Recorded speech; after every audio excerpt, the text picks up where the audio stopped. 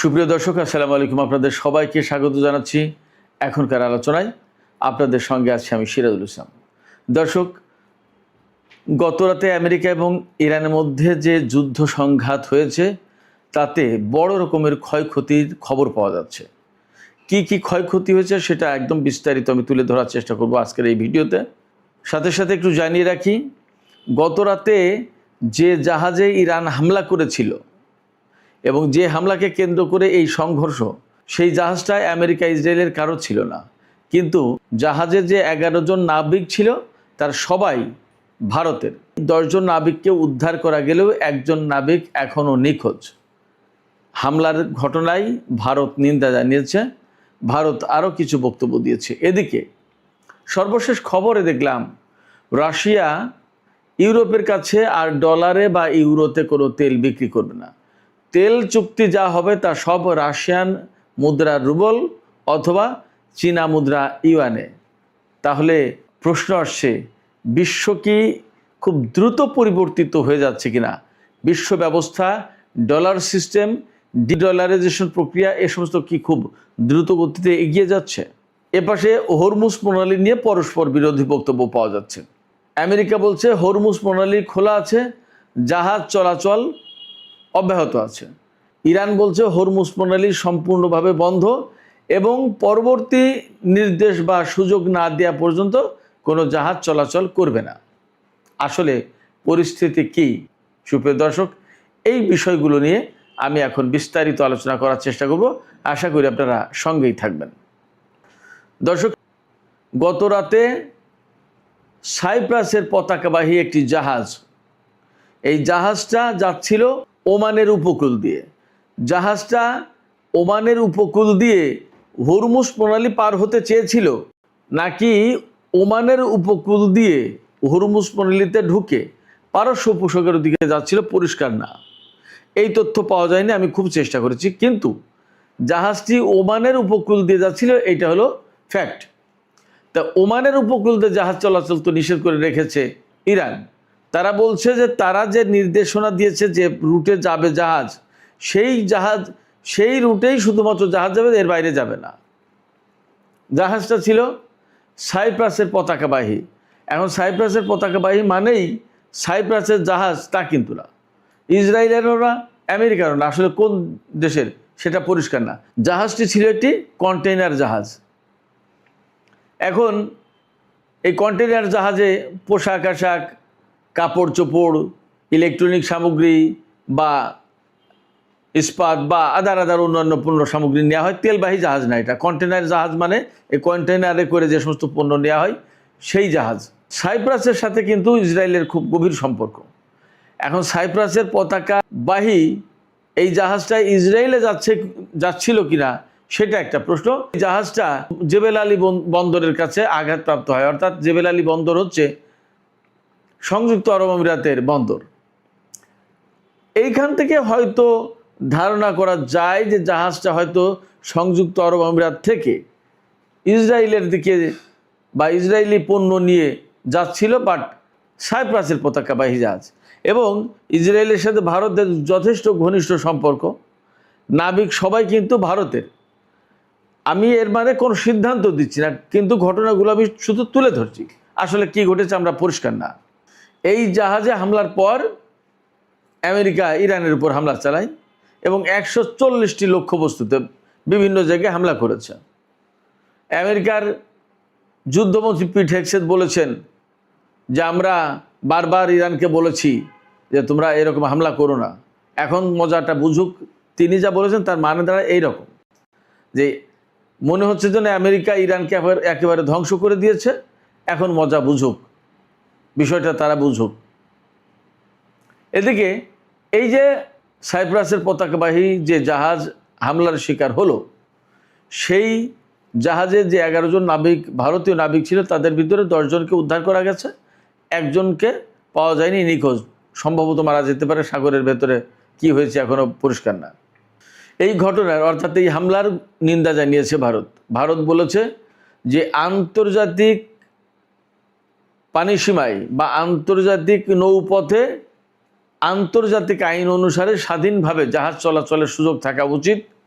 এই হামলা, এই যুদ্ধ বন্ধ হোক এবং বেসামরিক জাহাজে হামলা করা উচিত না, ইত্যাদি ইত্যাদি। এখানে যে সমস্ত পয়েন্টগুলো খুব খেয়াল করলে বোঝা যায়, সেই পয়েন্টগুলো যদি আমরা উল্লেখ করি তাহলে দেখা যাবে ভারত মূলত ইরানকেই দায়ী করেছে অনেক কিছুর জন্য। যেমন ইরান এই হামলা চালিয়েছে আন্তর্জাতিক নৌপথে, আন্তর্জাতিক আইন মেনে স্বাধীনভাবে জাহাজ চলাচল করা উচিত, কিন্তু সেটা করতে দিচ্ছে না ইরান। প্রশ্ন হচ্ছে যে হরমুজ প্রণালীকে আন্তর্জাতিক নৌরুট বলা হচ্ছে, কিন্তু বাস্তবতা হচ্ছে ওমান এবং ইরানের উপকূল থেকে যদি আন্তর্জাতিক আইন অনুযায়ী দুই দেশের সীমানা বন্টন করা হয় তাহলে আন্তর্জাতিক কোনো রুট এখানে থাকে না। অর্থাৎ ইরানের উপকূল থেকে যদি সামনে আসা হয়, ইরানের যে আন্তর্জাতিক আইন অনুযায়ী যেটুকু নিজস্ব ভূখণ্ড বা নিজস্ব জলসীমা বলে গণ্য হবে, উপকূল ভাগ বলে গণ্য হবে, সেইটুকু যদি দেয়া হয়, আর দক্ষিণ পাশে যদি ওমানকে একইভাবে দেওয়া হয়, তাহলে মাঝখানে আর আন্তর্জাতিক কোনো জলপথ থাকে না, দুই দেশের ভেতরে ভাগাভাগি হয়ে যায়, আর নতুন কোনো জলপথ জাহাজ চলাচলের জন্য আন্তর্জাতিক রুট কিন্তু আর থাকে না। সেক্ষেত্রে আন্তর্জাতিক রুট বলা যাবে কি যাবে না সেটা কিন্তু অবশ্যই একটা ভাববার বিষয়।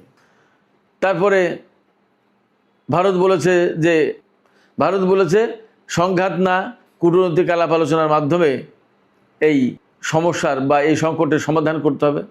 কিন্তু আমেরিকা যে ইরানের উপরে এত ব্যাপকভাবে হামলা চালাচ্ছে বা হামলার প্রেক্ষাপট যে তৈরি করে দিচ্ছে কারা, ভারত কিন্তু এই দিকে বলেনি, এই দিকে কোনো কথা বলেনি।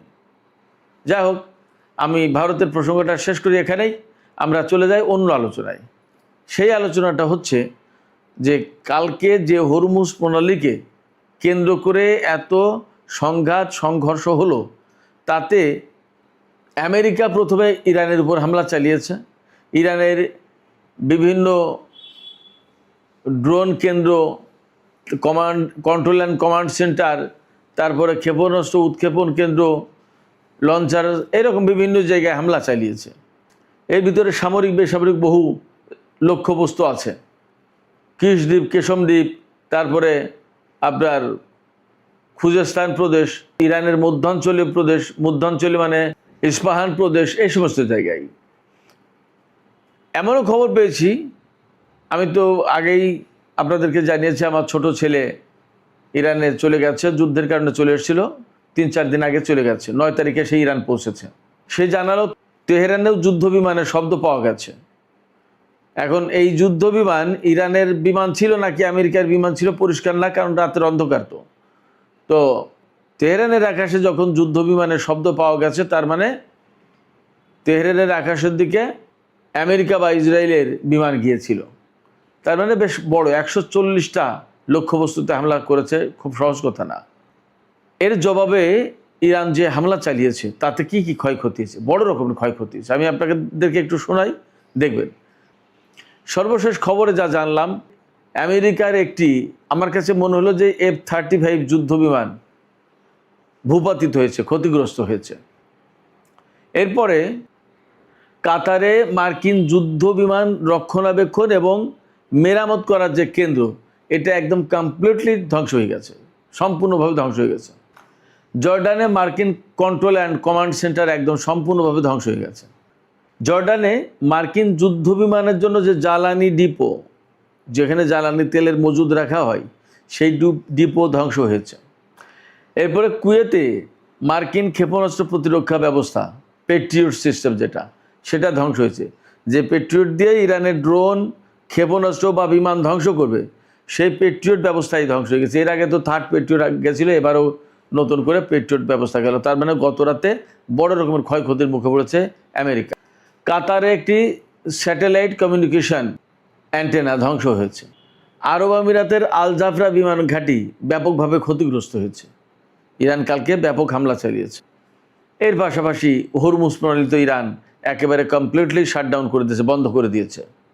তবে মার্কিন বাহিনী সেন্টকম তারা জানিয়েছে, এই আজকে কিছুক্ষণ আগে সন্ধ্যায় তারা বিবৃতি দিয়েছে, তারা বলেছে যে হরমুজ প্রণালী খোলা আছে এবং হরমুজ প্রণালীতে জাহাজ চলাচল অব্যাহত আছে। বাট সমস্ত ডেটা ঘেটে মোটামুটিভাবে দেখা যাচ্ছে যে জাহাজ চলাচল তেমন একটা কোনো রেকর্ড তো পাওয়া যাচ্ছে না। আসলে বাস্তবতা কি সেটা হয়তো আর একটু সময় গেলে বোঝা যাবে।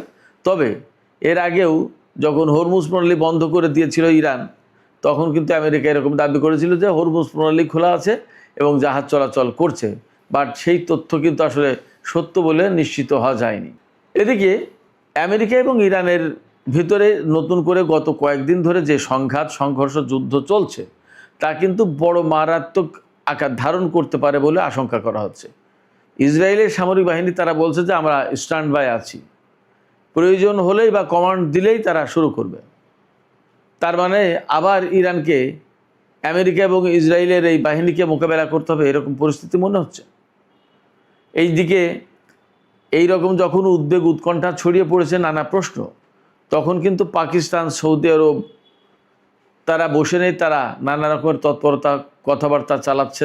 সৌদি আরব এবং পাকিস্তানের পররাষ্ট্রমন্ত্রীরা ইসহাক দার এবং প্রিন্স ফয়সাল বিন ফারহান তারা কিন্তু আলাপ আলোচনা করেছেন, উদ্বেগ প্রকাশ করেছেন এবং দুই পক্ষকে ধৈর্য ধারণ করতে বলেছেন এবং যাতে কূটনৈতিক প্রচেষ্টার মাধ্যমে নতুন করে আলোচনা ফিরে এসে সমস্যার সমাধান করা যায় সেই পরামর্শ দিয়েছে। তারা একদম একমত হয়েছেন দুইজন, সৌদি পররাষ্ট্রমন্ত্রী এবং পাকিস্তানের পররাষ্ট্রমন্ত্রী, যে যুদ্ধের ভেতর দিয়ে এই সংকটের সমাধান করা যাবে না। এরপর আজকে 12 জুলাই রোববার পাকিস্তানের পররাষ্ট্রমন্ত্রী ইসহাক দার ইরানের পররাষ্ট্রমন্ত্রী সাইদ আব্বাস আরাকচির সাথে টেলিফোনে কথা বলেছেন এবং সেখানে একইভাবে উদ্বেগ প্রকাশ করেছেন পাকিস্তানের পররাষ্ট্রমন্ত্রী। এছাড়া তিনি ইরানকে ধৈর্য ধারণের পরামর্শ দিয়েছেন এবং দুই পক্ষকেই একই কথা বলেছেন এবং ইসহাক দার বলেছেন যে দুই পক্ষকে দ্রুত আলোচনার টেবিলে ফিরে আসা উচিত। যুদ্ধ সংঘর্ষের ভেতর দিয়ে সমস্যার সমাধান করা যাবে না, বরং আঞ্চলিক স্থিতিশীলতা বিনষ্ট হবে, বিশ্ব অর্থনীতির ঝুঁকির মুখে পড়বে। এই অবস্থায় কোনোভাবেই দুই পক্ষকে পূর্ণাঙ্গ যুদ্ধের দিকে ফিরে যাওয়া উচিত হবে না। তিনি একদম সুস্পষ্ট করে বলেছেন যে গত 17 জুন ইরান এবং আমেরিকার মধ্যে যে ইসলামাবাদ সমঝোতা স্মারক সই হয়েছে, এই সমঝোতা স্মারক অনুসারে এখন নতুন করে আপোষ সভা মীমাংসা সংকট সমাধানের দিকে যেতে হবে। পাকিস্তানের উদ্বিগ্ন হওয়ার যে প্রধান কারণ সেটি হচ্ছে যে তাদের মধ্যস্থতায় বা তাদের প্রচেষ্টায় ইরান এবং আমেরিকার মধ্যে একটা যুদ্ধবিরতি কার্যকর হয়েছিল এবং একটা সমঝোতা স্মারক সই হয়েছে এবং সেই অনুযায়ী স্থায়ীভাবে যুদ্ধ বন্ধের জন্য একটা চুক্তি সই হওয়ার কথা ছিল, চূড়ান্ত চুক্তি। এটা করলে পাকিস্তানের যেমন আন্তর্জাতিক অঙ্গনে ক্রেডিবিলিটি বাড়ত, তাদের গ্রহণযোগ্যতা, বিশ্বস্ততা, তাদের উপর আস্থা আন্তর্জাতিক অঙ্গনে ফিরে আসতো, তেমনি এত বড় একটা সংঘাত বন্ধের ব্যাপারে তারা যে একটা ঐতিহাসিক ভূমিকা পালন করলে এটা ইতিহাসে গুরুত্বপূর্ণ রোল প্লে হিসেবে দেখা যেত, এটা গুরুত্বপূর্ণ একটা কাজ হিসেবে গণ্য হতো। সেই জায়গায় যখন আবার ভেঙে যাচ্ছে তখন পাকিস্তান আলটিমেটলি একটু মানসিকভাবে চাপে পড়ছে, উদ্বিগ্ন হচ্ছে এবং আবার তারা চেষ্টা করছে যে যদি দুই পক্ষকে আবার ফিরিয়ে এনে আলোচনার টেবিলে যদি সংকটের সমাধান করা যায়।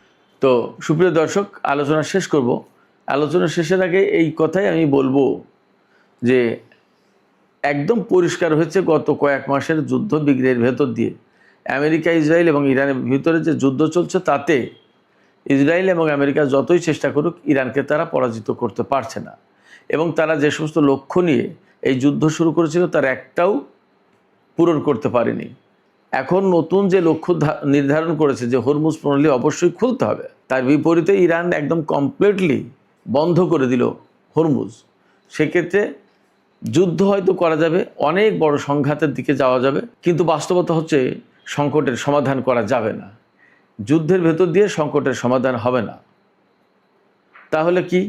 কূটনীতির পথেই ফিরতে হবে। কিন্তু আমি আবারও বলি যে কূটনীতির মাধ্যমে আসলে ইরান এবং ইসরায়েল ও আমেরিকার মধ্যে যে সমস্যা তারও সমাধান হবে না। তাহলে উপায় কি? উপায় হচ্ছে একটাই, যার যার জায়গায় ফিরে যাওয়া এবং কারোর অভ্যন্তরীণ ব্যাপারে হস্তক্ষেপ না করা। সুপ্রিয় দর্শক, আজকের আলোচনা এখানে শেষ করতে চাই। আলোচনা শেষের আগে আপনাদের কাছে জানতে চাই, মাঝখানে যে ছোট্ট একটু আলোচনা করেছি, রাশিয়া ইউরোপের কাছ থেকে তেল বিক্রির বিনিময়ে যে মুদ্রা নেবে সেটা হচ্ছে রাশিয়ান রুবেল অথবা চীনা ইউয়ান, অর্থাৎ হয় রাশিয়ান মুদ্রায় তেল কিনতে হবে ইউরোপের দেশগুলোকে, না হয় চীনের মুদ্রায়। তাহলে এখানে প্রশ্ন আসছে, আন্তর্জাতিক অঙ্গনে যে ডলার বাদ দিয়ে লেনদেনের চেষ্টা চলছে বিভিন্ন দেশের পক্ষ থেকে, রাশিয়ার এই উদ্যোগ সেই জায়গায় কতটা বড় ভূমিকা রাখবে বলে মনে হয়, এবং এর মধ্য দিয়ে আমেরিকার ডলার নতুন করে আরেকবার ধাক্কা খেলো কিনা, আপনাদের মতামত জানতে চাই। কমেন্টে আপনারা আপনাদের মতামত জানাতে পারেন। আর ভিডিও ভালো লাগলে আবারও বলি, লাইক কমেন্ট শেয়ার করবেন এবং চ্যানেলটি সাবস্ক্রাইব করে সাথেই থাকবেন। দর্শক, আপনাদের সবাইকে অনেক অনেক ধন্যবাদ জানিয়ে আজকের মতো এখানে আলোচনা শেষ করছি। আল্লাহ হাফেজ।